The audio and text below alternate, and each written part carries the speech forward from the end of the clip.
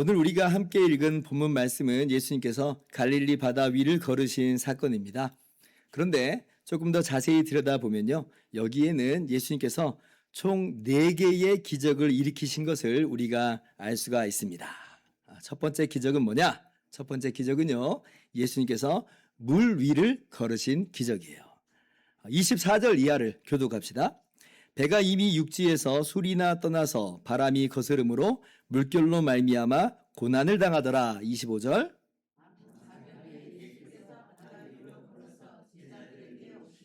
아멘. 예수님께서 바다 위로 걸어서 오셨다 그러죠? 기적이에요.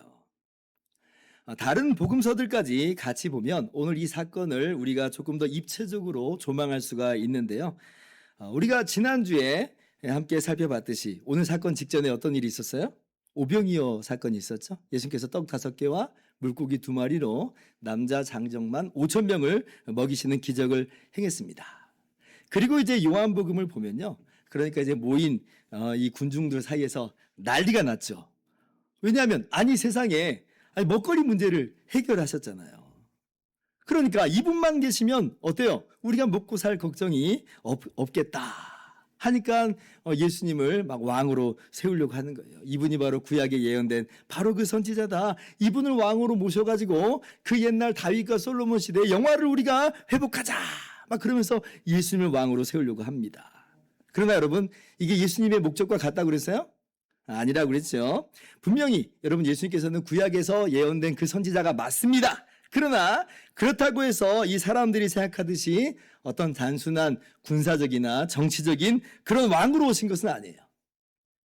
오히려 예수님께서는 우리 죄를 대신해서 십자가에 죽으시러 오신 것이고, 그리고 그렇게 하여서 믿는 자들의 진정한 왕, 영원한 왕으로 등극하시고자 하신 것이죠. 그래서 예수님께서는 그 모인 무리들, 예수님께서 먹이신 그 무리들을 돌려보내십니다. 해산시키는 거예요. 그리고 제자들에게는 먼저 배 타고 건너편으로 가게 출발을 시키십니다. 아마도 이것은 제자들도 사람들의 그러한 우하는 분위기 있잖아요. 그런 분위기에 휩쓸려가지고 예수님을 정치적인 메시아로 아마 옹이하려고 할까봐 아마 그 영향을 미리 차단시키는 것으로 보여요. 왜냐하면 제자들도 그럴 소지가 다분히 있었거든요. 오늘 본문 22절을 보니까 그래서 예수님이 제자들을 재촉까지 하셨다 그러죠? 뭐요? 빨리 이 자리를 떠나라는 거예요. 안 그러면 휩쓸려 버릴 것 같으니까. 그래서 하여간 이 제자들이 먼저 배를 타고 갈릴리 바다를 건너는 그런 일이 있게 된 것입니다. 예수님이 가라고 하니까 가야지 어떡해요. 근데 아마 모르긴 몰라도 제자들이 좀 입맛을 좀 다시고 있지 않았을까 싶어요. 아쉽다. 그냥 왕 하시지. 좋은 기회인데 왜 그러실까? 만약에 왕 되시면 우리도 그 밑에서 벼슬 한 자리씩 할 텐데, 우리가 그것 때문에 이 고생을 하면서 예수님 따라다니는 건데, 아마 그런 생각들을 더러 하지 않았을까, 이렇게 상상을 해봤습니다. 여러분, 그런데 그건 우리 생각이죠. 예수님의 그런 목적과 의도와는 다르다라고 하신 거예요. 그래서 제자들은 먼저 배 타고 갈릴리 바다를 건너가고 있고요. 그리고 예수님께서는 그렇게 무리를 다 보내신 후에 홀로 기도하러 산에 올라가십니다. 자, 그런데 그렇게 먼저 떠나보낸 제자들이 목적지까지 가지를 못하는 거예요. 왜 그래요? 왜냐하면 바다 한가운데서 역풍이 불었어요. 역풍이 불어가지고 오도가도 못하게 된 것이에요. 이게 지금 오도가도 못하는 그런 수준은 물론이고, 거센 바람이 불었다는 건 뭐예요? 그 바람으로 말미암아 풍랑이 크게 일었다는 거잖아요. 그러면 그 물결은 얼마나 거세겠어요. 그러니 이건 정말 난리가 난 겁니다. 제가 여러분들의 이해를 돕기 위해서 사진을 한 장 가져와 봤어요. 여러분, 이 배를 보시면 1986년 발굴된 그 1세기경의 갈릴리 배를 토대로 해서 복원을 한 배입니다. 그런데 보셔서 알겠지만 큰 배가 아니에요. 길이가 8.2m 되는 그러한 그다지 크지 않은 배예요. 근데 이 배를 타고 갈릴리 바다를 가고 있는데 역풍을 만나서 큰 물결을 지금 부딪히게 됐다라고 한다는 건 이건 정말 너무나 아찔한 순간이에요. 여러분, 사실 갈릴리 바다는요, 갈릴리 바다라고 불리긴 하지만 그러나 정말 바다는 아니고 큰 호수죠. 남북이 23km, 가로가 13km, 총 둘레로 따지면 53km 정도 되는 그러한 큰 호수입니다. 우리 양주시의 한 2분의 1 정도 되는 그런 면적이다 이렇게 보시면 되겠어요. 커요. 근데 크긴 하지만 그래도 그럭저럭 노져가면 서너 시간이면 충분히 호수 건너편으로 갈 수 있는 거리이기도 합니다. 그런데 이 갈릴리 바다의 특징이 뭐냐면 기상 변화가 아주 심한 그러한 이 바다라 하는 거예요. 이 해수면보다 200m 밑에 있어요. 밑에 있는데 북쪽에는 헬몬산이라고 하는 큰 산이 있어요. 거기로부터 이 찬바람이 갈릴리 바다로 내려옵니다. 그리고 남쪽에 아라바에서는 또 더운 공기가 갈릴리 바다로 그렇게 불어와요. 그러면 이제 갈릴리 바다 위에서 이 찬 공기하고 이 더운 공기가 가끔 만나서 충돌을 일으키는 거예요. 그러면 이제 돌풍이 일어난다 그래요. 아마도 오늘 제자들이 만난 상황이 바로 그러한 상황인 거죠. 그러니까 제자들이 지금 얼마나 악정고투하고 있는지 몰라요. 지금 오늘 말씀 보니까 25절에 어느 정도로 악정고투를 하고 있냐면 밤 4경인데도 여전히 바다 한가운데 머물고 있다 그래요. 아까 서너 시간이면 지나간다고 그랬잖아요. 저녁에 출발했으니까 한밤중이면 아마 건너편으로 도착을 하고도 남을 시간입니다. 그런데 꼼짝 못하고 밤새 지금 바다 한가운데 갇혀 있어요. 밤 4경이라고 하는 것은 새벽 3시부터 6시예요. 그러면 한 몇 시간 지금 노를 젓고 있는 거예요? 한 10시간은 적은 것 같아요. 1시간 한번 노 줘보셨습니까? 엉덩이가 얼마나 아픈지. 1시간만 노줘도. 그냥 노를 져도 엉덩이 아픈데 10시간 동안 역풍을 만나서 그 물결 속에서 노를 젓고 있으니 이게 얼마나 고생스러운 그런 모습인가. 고생은 물론이고 죽느냐 사느냐 하는 어떤 사투를 벌이고 있다라고 볼 수가 있는 것이에요. 아니 주님께서 가라고 해서 가고 있는 건데 아니 이게 웬 고생이냐. 아니 고생 정도가 아니라 혹시 이러다 우리 죽는 거 아니야. 이런 모습 속에 제자들이 지금 갈팡질팡하고 있는 것입니다. 자, 근데 바로 그때 누가 오세요? 예, 홀로 기도하러 산에 올라가셨던 예수님께서 그 물결로 말미암아 고난당하고 있던 그 제자들 곁에 찾아오세요. 근데 어떻게 찾아오세요? 바다 위를 걸어서 찾아오세요. 이것이 바로 예수님께서 행하신 첫 번째 기적이라는 것이에요. 예수님께서 물 위를 걸어서 고난당하고 있는, 고생하고 있는 제자들 곁에 찾아오십니다. 좋아요, 안 좋아요? 너무 좋죠. 왜냐하면 우리도 그렇게 고생스럽잖아요. 근데 그러한 우리의 인생 속에서 주님이 그 바다 위를 건너서 찾아오시니 우리에게 이것이 얼마나 큰 위로가 되는지 몰라요. 여러분 이게요, 예수님께서 어떻게 하다 보니까 우연히 지나가는 길에 제자들이 고생하고 있는 걸 맞닥뜨린 게 아닙니다. 오히려 성경을 보면 예수님께서 제자들이 고생하는 걸 보시고 한달음에 찾아오신 것임을 우리가 알 수가 있어요. 아까 입체적으로 좀 조망할 수 있다고 그랬죠? 마가복음 6장을 봅시다. 바람이 거스름으로 제자들이 힘겹게 노젓는 것을 보시고 밤 4경쯤에 바다 위를 걸어서 그들에게 오사. 자, 예수님께서 그들에게 오셨어요. 근데 왜 오셨어요? 어떻게 해서 오시게 된 거예요? 제자들이 힘겹게 노젓고 있는 것을 보시고 제자들을 보셨어요. 고생하고 있는 제자들을 보시고 오신 거예요. 그래서 지금 물 위를 걸어서 예수님이 찾아오신 것이다. 기적을 그래서 행하신 것입니다. 여러분, 예수님께서는 제자들이 고생하는 것을 외면하시지 않습니다. 예수님께서 그걸 보고서는 발을 동동 구르시면서 아우 어떻게 저걸 어떻게 하나 라고 하면서 먼발치서 보시는 그러한 분이 아닌 거예요. 예수님께서는 보시는 분이고 아시는 분이고 그리고 찾아오시는 분이에요.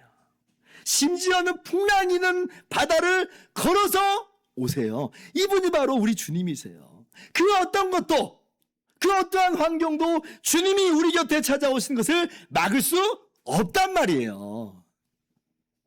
이것이 주님께서 행하신 첫 번째 기적이요. 저와 여러분에게 행하시는 기적인 줄을 믿고 그 안에서 좀 위로를 받으시고 안식을 누리실 수 있기를 바랍니다. 두 번째 예수님께서 행하신 기적은 베드로로 하여금 물 위를 걷게 하신 기적입니다. 자, 예수님께서 고생하는 제자들에게 찾아오셨건만 그런데 제자들이 처음부터 예수님을 딱 알아보고 그렇게 해서 평안을 누리게 된 것은 아니죠. 오히려 제자들은 그렇게 무리를 걸어오신 예수님 보면서 기절초풍을 합니다. 왜냐하면 지금 안 그래도 지금 물결로 인해서 다투를 벌이고 있는 중이고 그리고 지금 시간이 언제라고요? 밤? 사경이잖아요. 깜깜한 바다예요. 깜깜한 바다. 깜깜한 바다에 지금 물결 치고 있는데 사람 같은 것이 지금 오고 있다. 이건 정말 기겁할 만한 일입니다. 유령이다! 유령이다. 그런 생각이 안 들 수가 없는 거예요. 그렇잖아요. 사람이 무리를 걸어서 오는 게 일반적인 건 아니잖아요. 아니, 오히려 그런 일은 없잖아요. 그러니까 예수님이라고는 전혀 생각을 못 하는 거예요. 근데 지금 사람 같은 게 오고 있으니까 야 이건 지금 유령이 나타났다라고 하면서 지금 깜짝 놀라는 거예요. 그 깜깜한 밤에 그 물결에 물 위에 떠 있는 사람 같은 것. 만약에 우리가 그 현장 가운데 있다면 아마 소름이 아마 돋을 것 같아요. 머리가 쭉 펴서지 않을까요? 지금 제자들이 그런 상황인 거예요. 유령이다. 근데 유령이에요? 아니죠. 예수님께서 무리를 걸어오신 것입니다. 그래서 예수님께서 즉시로 제자들을 안심시키시죠. 나다 두려워하지 말아라. 27절이에요. 예수께서 즉시 이르시되 안심하라 나니 두려워하지 말라.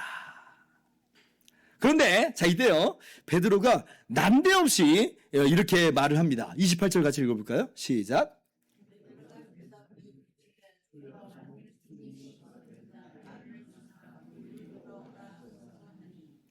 아니 예수님께서 나다! 라고 말씀하시면 됐지.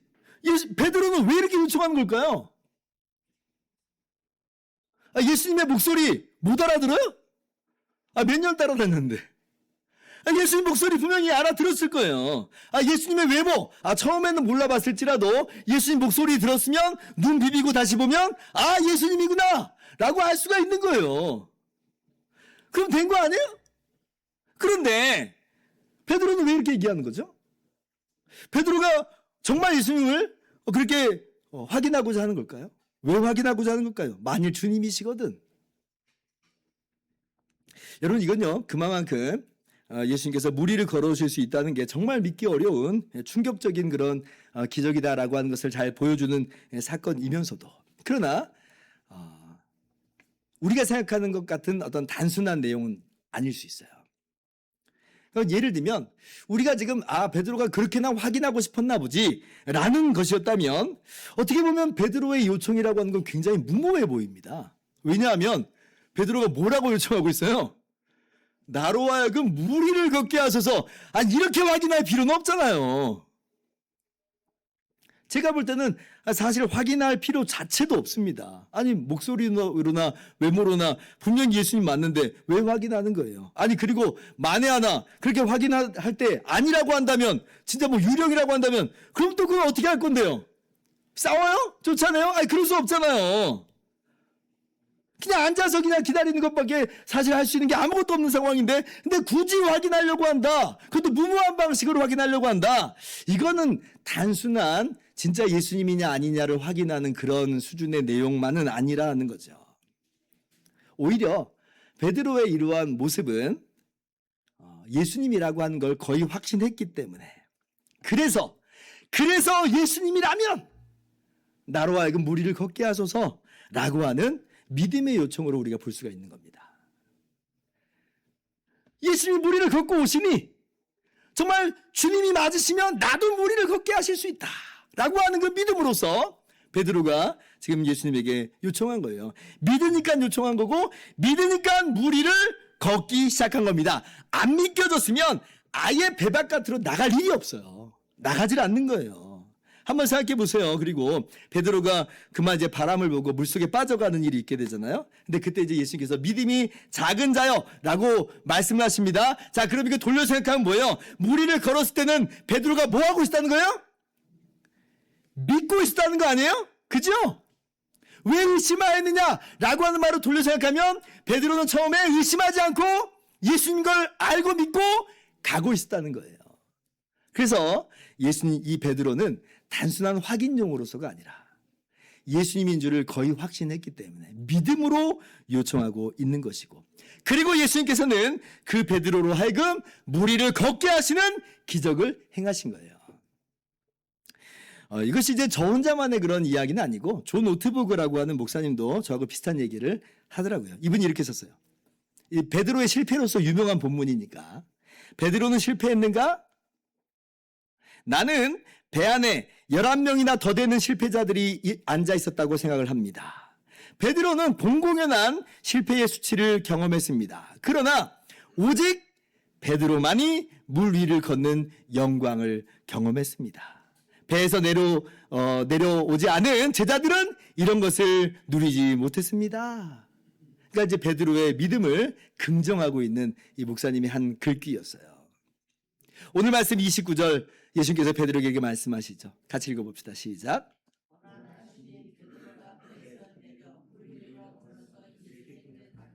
아멘. 예수님이 그래서 오라 말씀하세요. 야, 물이다 이렇게 말씀하시지 않고, 야, 구할 걸 구해야지 이렇게 말씀하시지 않고, 오라 말씀, 오라 하니까 베드로가 그 말을 듣고 가요. 믿었다는 거예요. 그래서 정말 믿고 배 바깥으로 발을 딱 내딛으니까 물 위를 걷기 시작합니다. 정말 기가 막힌 기적이 일어난 거예요. 여러분, 예수님을 제외하고는 이 지구상에서 유일하게 베드로가 물 위를 걷습니다. 저는요, 예수님께서 물 위를 걸어오신 것도 기적이긴 하지만 이 베드로를 물 위로 걷게 하신 이 기적, 참 감동이에요. 왜냐하면 예수님이 물 위를 걸으신 건 예수님이니까, 예수님은 원래부터 하나님의 아들이시니까 뭐 물 위를 걷는 게 뭐 그렇게 어려운 일인가 생각이 든단 말이에요. 그런데 베드로는 어때요? 우리하고 똑같은 사람이잖아요. 근데 우리하고 전혀 다를 바 없는 그 베드로로 하여금 예수님이 물 위를 걷게 하신다. 그래서 베드로가 물 위를 걸었다. 이야, 이거 정말 우리의 가슴을 뛰게 하죠. 우리의 가슴에 고동을 칩니다. 뭐요? 어떤 마음이 들어요? 주님께서 나도 물 위를 걷게 하실 수 있겠구나, 이런 마음이 들잖아요. 그래서 J.C. 라일 목사님은 이렇게도 이야기해요. 한번 들어보세요. 주님 자신이 물 위로 걸으신 것은 위대한 이적이다. 그러나 무능한 제자로 하여금 똑같은 일을 할 수 있게 하신 것은 더 위대한 이적이다.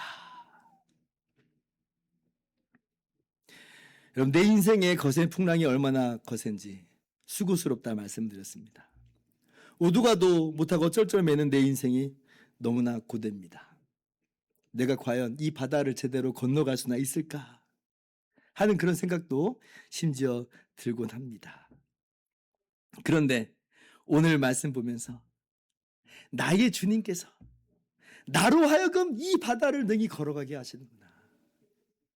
내가 주님 안에서 이 바다를 걸어갈 수 있구나 하는 마음이 우리 가운데 찾아옵니다. 오늘 기적 가운데서 주님께서 우리에게 준 힘이에요. 위로예요. 우리가 처음 불렀던 찬양, 내게 허락하신 시련을 통해 그 가사 중에 그래서 이런 내용이 있는 거예요. 내 앞에 바다가 갈라지지 않으면 그가 나로 바다 위 걷게 하리. 나는 믿네. 우리 주님의 크신 능력을 믿으시기를 바랍니다. 우리 앞에 놓인 수많은 문제들과 환경들이 있지만 그것이 우리를 집어삼키지 못하는 것이고요. 오히려 그 모든 문제들은 주님의 은혜 안에서, 주님의 능력 안에서 갈라지는 것들이고 우리로 하여금 뛰어넘게 하시는 그런 것에 불과한 것임을 여러분 믿으시면서 새 힘을 얻으실 수 있기를 바랍니다. 세 번째, 예수님께서 행하시는 기적은요, 물속에 빠져가는 베드로를 건져주신 기적입니다. 자, 30절입니다. 바람을 보고 무서워 빠져가는지라 소리질러 이르되 주여 나를 구원하소서 하니. 31절 같이요.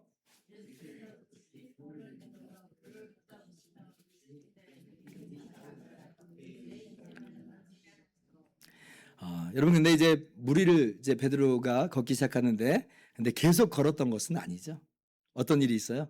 걸어가는 도중에 분명히 물 위를 걸어가고 있는데 그만 강한 바람을 보고, 그리고 아마도 바람과 함께 일렁이는 그 물결을 보고 무서워합니다. 아니, 지금 이제서야 바람과 이 파도가 친 거 아닙니다. 아까부터 계속 그러고 있었는데, 아까는 이런 건 안 보고 예수님만 보고 예수님 말씀 듣고 갔어요. 그러니까 무리를 걸었단 말이에요. 그런데 이제 갑자기 그 바람과 그 파도를 보기 시작해요. 그래서 처음에 주님을 바라볼 때는 눈에 들어오지 않았던 것이, 무섭지 않았던 것이 이제 그만 눈에 들어오는 것이고, 시선을 주님께로부터 떼고 바람과 바다를 보니까 그러니까 두려움이 찾아와 버렸어요. 그러니 이제 물 위를 잘 걸어왔다가 이제 두려움 가운데 물속에 빠져들기 시작합니다.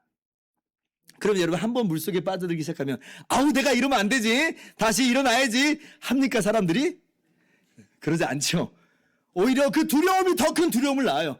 한번 빠져가기 시작하니까 이거는 내가 스스로 헤어나올 수 없을 것만 같아서, 그래서 더 깊이 빠져들고 빠져드는 그런 모습이 바로 우리들의 연약한 모습입니다.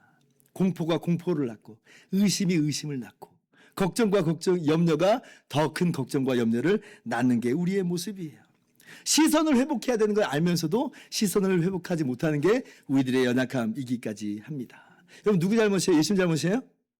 아우, 그러니까 왜 예수님 오라고 하셔가지고. 아니죠. 베드로 잘못이에요. 베드로가 나로 하여금 명하여 오게 하소서 얘기했으니까. 베드로 잘못이에요. 시선을 예수님께 고정하지 않고 바람과 파도에 이 시선을 맞춘 베드로의 잘못이고요. 믿음을 잃어버리고 의심에 빠진 바로 그 베드로의 잘못입니다. 그러나 여러분, 그 순간에서도 베드로 안에 남겨진 믿음이 있는데요.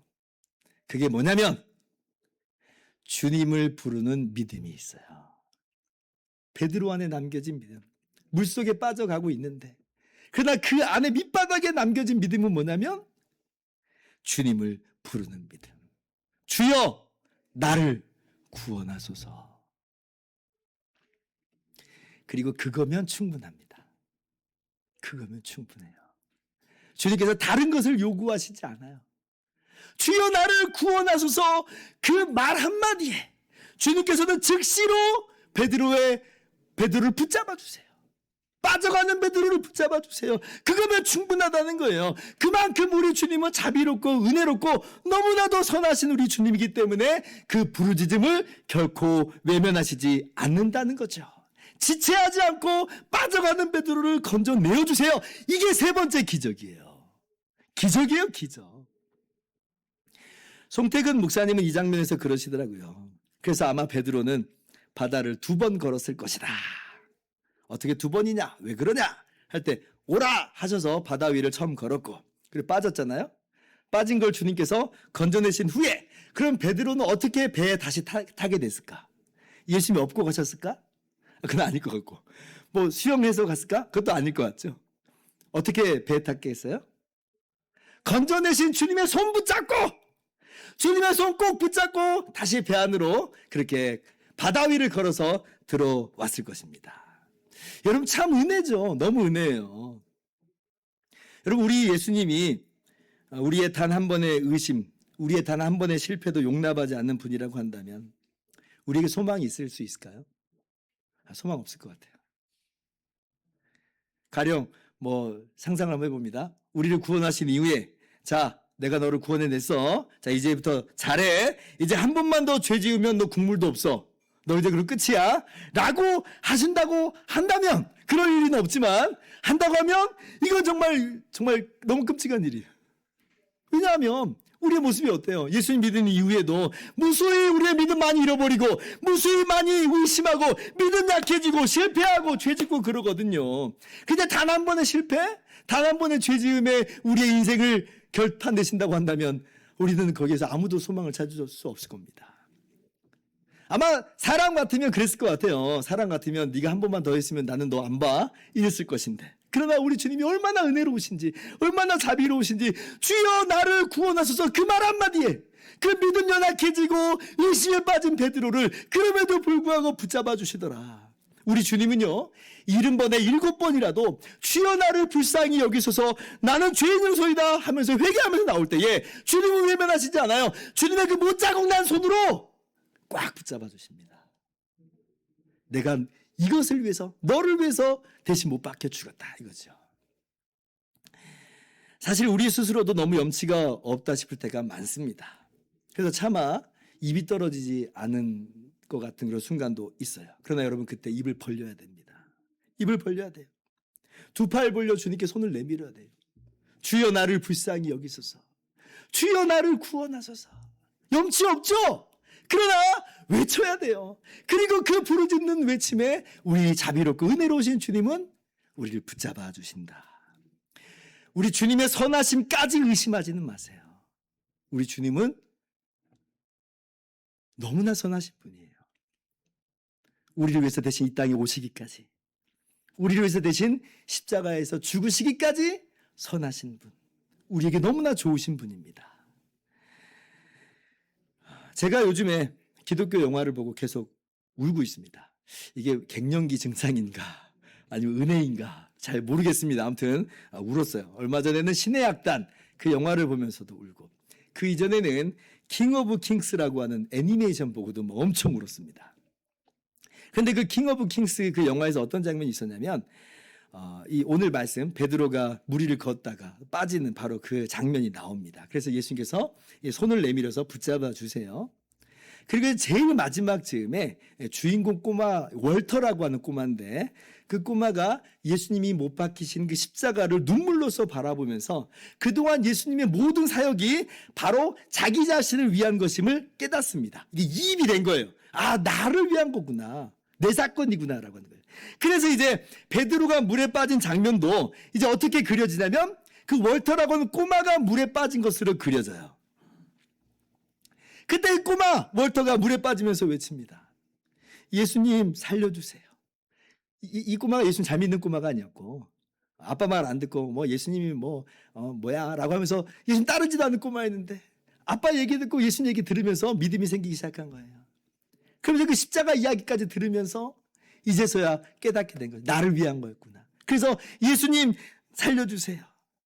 근데 이때 이 작가가, 이제 상상력이에요. 작가가 그 장면을 어떻게 다시 묘사를 하냐면, 예수님께서 그 손으로 똑같이 잡아주시면서, 그러면서 예수님이 대신 물속에 빠지시는 장면으로 그려요.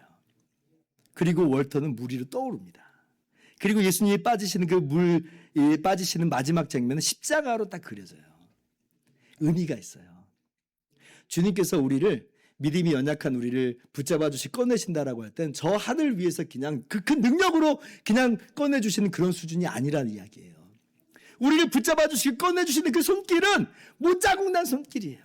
주님의 십자가로 우리를 건져내신 거예요. 믿음이 연약한 우리, 믿음이 부족한 우리를, 의심 많은 우리를 주님께서는 그 모든 것도 십자가에서 다 대속하셨다는 의미예요. 얼마나 정말 은혜가 되는지 그때 펑펑 울었습니다. 설교 준비하면서 다시 한번 봤는데 또 울었습니다. 맞거든요. 왜냐하면 나는 건진받기에 마땅한 자가 아니에요. 그리고 믿음이 대단하지 않아요. 맨날 의심해요. 그런데 주님께서는 이 못난 죄인을 위해서 기꺼이 이 땅에 오시고 대신 십자가에 죽기까지 하셨으니 얼마나 은혜인가. 우리 주님의 그 자비롭고 은혜로우심을 오늘 발견할 수 있기를 바랍니다. 물론 오늘 이 기적이 직접 십자가를 직접 보여주는 것은 아닙니다만, 우리 주님의 얼마나 선하심을 우리 가운데 보여주고 있는지를 이 기적 속에서 반드시 깨달아 아시길 바라고 믿으시기 바랍니다. 그리고 예수님이 행하신 이 마지막 기적은요, 바람과 파도를 잔잔하게 하신 기적입니다. 32절입니다. 같이 읽어볼까요? 시작. 물론 이제 예수님께서 이 바람을 명하사 그치게 하셨다는 그런 말씀은 없습니다.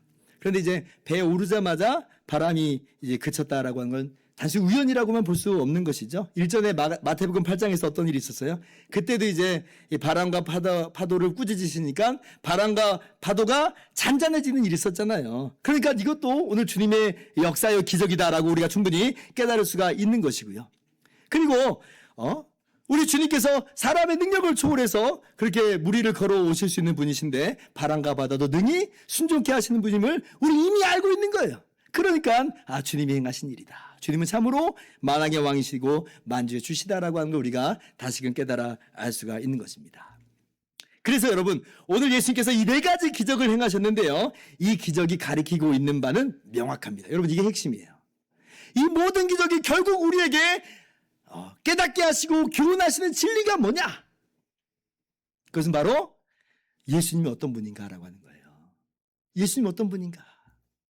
예수님이 어떤 분이에요? 이 기적을 경험한 이 제자들이 함께 고백하는 바가 있죠. 이 모든 기적을 경험하고 나서 고백하는 거하고 뭐예요? 진실로 당신은 하나님의 아들이십니다. 주님은 하나님의 아들이십니다. 라고 하는 그 고백이 오늘 제자들의 고백이에요. 이것이 오늘 본문의 핵심입니다. 일전에 이 바람과 파도를 잔잔하게 하셨을 때 제자들의 반응은 사실 이 정도까지는 아니었습니다.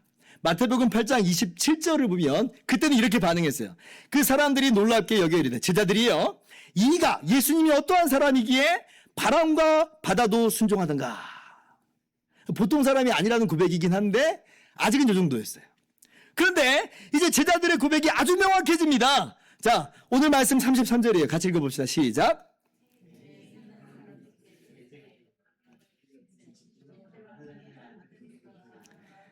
진실로 하나님의 아들이십니다. 마치 이 마태복음 8장 27절의 대답과도 같이 오늘 이렇게 이야기하고 있는 거죠.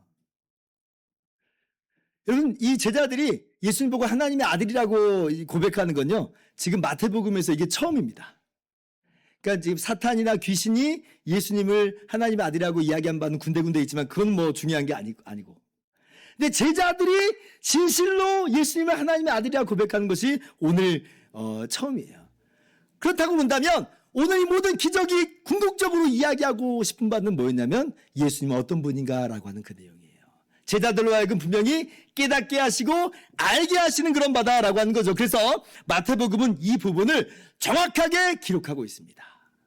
마태복음이 이야기하고 싶은 바가 바로 그거라는 거예요.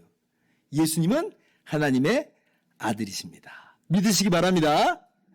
여러분, 예수님이 하나님의 아들이심을 알고 믿고 고백하는 건 너무나도 중요합니다.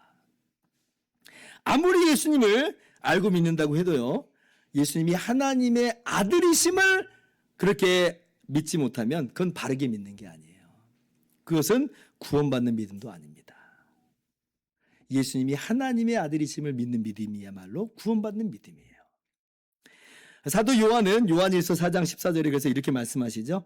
아버지가 아들을 세상에 구주로 보내신 것을 우리가 보았고 또 증언하노니, 15절 같이요.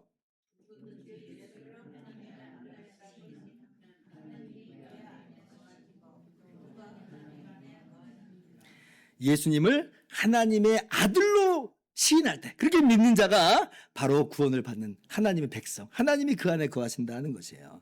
여러분, 예수님이 하나님의 아들로서 참 하나님이시기 때문에 하나님께 죄 지은 우리의 죄값을 능히 대신 치르실 수가 있는 것입니다. 예수님이 하나님의 아들, 참 하나님이시기 때문에 우리를 위해서 자신을 내어주신 그 사랑은 하나님의 사랑이에요. 완전하신 사랑인 것이에요.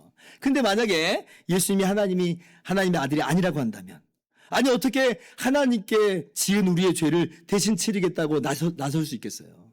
하나님께 지은 죄인데 하나님도 아닌 자가 대신 치르고 나서겠다라고 하는 건 하나님께서 말도 안 되는 이야기를 말씀하실 거예요. 하나님의 명예와 영광을 실추시켰는데, 훼손했는데 어떻게 하나님도 아닌 자가 그렇게 하나님의 영광과 명예를, 그 값을 다 치를 수 있겠다 말할 수 있겠어요? 불가능합니다. 하나님 수준의 값이 치러져야 되는 거예요. 예수님은 그러나 하나님이시기 때문에, 하나님의 아들이시기 때문에 우리의 죄값을 능히 다 치르실 수 있는 것이다. 그리고 만약에 예수님이 하나님의 아들이 아니라고 한다면 어떻게 하나님이 우리를 사랑하신다라고 자신 있게 우리가 확신할 수가 있겠어요? 아니, 하나님이 자신의 소유물 중 하나를 내어주는 것으로 하나님이 정말 우리를 완전하게 사랑한다고 그렇게 우리가 확신할 수 있겠습니까? 그 정도로만은 확신할 수 없겠잖아요. 그러나 하나님이 하나님 자신을 다 내어주시고 하나님이 아들을 내어주셨다라고 한다면 그것은 우리가 분명히 확신할 수가 있는 거예요. 아, 하나님이 전부를 우리에게 주셨구나. 하나님은 정말 영원하고도 완전하게 우리를 사랑하시는 게 맞구나. 우리가 아직 죄인 되었을 때에 그리스도께서 우리를 위하여 죽으심으로 하나님께서 자기의 사랑을 확증하셨느니라. 예수님이 하나님의 아들이시기 때문에 그분을 내어주신 것은 바로 완전하신 사랑이다라고 하는 거예요. 오늘 말씀을 통해서 그러므로 예수님이 정말로 하나님의 아들, 참 하나님이심을 분명하게 깨닫고 믿으시기를 주님의 이름으로 축원합니다. 여러분, 그러면 우리는 기적을 체험한 사람이에요. 우리가 지금 정말 말 그대로 무리를 걷는 기적을 체험하지 못했다 할지라도 우리가 예수님이 하나님의 아들임을 알고 믿고 있다면 그것은 이미 그 기적의 목적을 성취한 겁니다. 이미 기적을 경험하고 체험한 사람들이에요. 믿으시기 바랍니다. 자, 이제 말씀 마칩니다. 예수님은 하나님의 아들이십니다. 우리는 예수님을 하나님의 아들로 나의 구원자로 분명히 믿고 고백하는 사람들이죠. 자, 그러면 우리는 어떻게 살아야 될까요? 세 가지로만 간단하게 정리하겠습니다. 적용합니다. 첫 번째, 안심하기 바랍니다. 아멘 하세요. 안심하기 바랍니다. 두려워하지 말기 바랍니다. 예수님께서 찾아오시잖아요. 그 어떤 거센 바람과 파도가 그렇게 몰아닥친다고 해도 그것이 우리를 해할 수 없는 것은 주님이 아시고 보시고 찾아오시는데 그 어떤 것도 우리를 무너뜨릴 수가 없는 것입니다. 예수님을 공포스럽게 생각하지 마세요. 예수님은 너무나도 우리 사랑하시는 분이세요. 우리를 품어주는 분이세요. 그러므로 어떠한 환경이라도 안심하시고 두려워하지 말기를 바랍니다. 하나님의 아들 예수님께서 보고 계시고 알고 계시고 찾아오세요. 자, 두 번째, 주님께서 가라 하신 그 사명을 계속 붙잡고 가시기를 바랍니다. 아멘. 사명 붙잡고 가세요. 힘겹게 비록 노젓는 일이 있을 수 있습니다. 마치 제자리를 도는 것 같은 그런 상황이라 그렇게 보일 수 있어요. 그러나 그 시간은 결코 무의미한 시간이 아니에요. 우리는 하나님의 아들 예수님이 가라 하시니까 가는 거예요. 그러면 된 거예요. 하나님의 말씀을 순종하고 충성스럽게 나가는 것이 바로 올바르게 살아가는 우리의 삶의 모습인 줄 알고 그 자리를, 그 사명을 잘 감당하실 수 있기를 바랍니다. 세 번째, 하나님의 아들이신 예수님께 기도하면서 나가시기를 주님의 이름으로 축원합니다. 기도하세요. 우리 하나님의 아들이신 예수님은 우리의 기도를 들으시고 능히 응답하시는 분이십니다. 이 어둠과 문제의 바다 갈라지게 하옵소서. 나로 이 바다 위 걷게 하옵소서. 기도하는 거예요. 그러면 하나님의 아들 예수님께서는 능히 그렇게 역사하십니다. 나의 이 사명 가로막는 모든 어려움 극복하게 하여 주시옵소서. 하나님, 우리 주님께서 힘주세요. 때로는 우리가 연약함 가운데 있을지라도 주님의 도우심 바라보면서 주님 나를 건져주세요. 주님 어떻게 하실까요? 하나님의 아들 예수님은 건져주세요.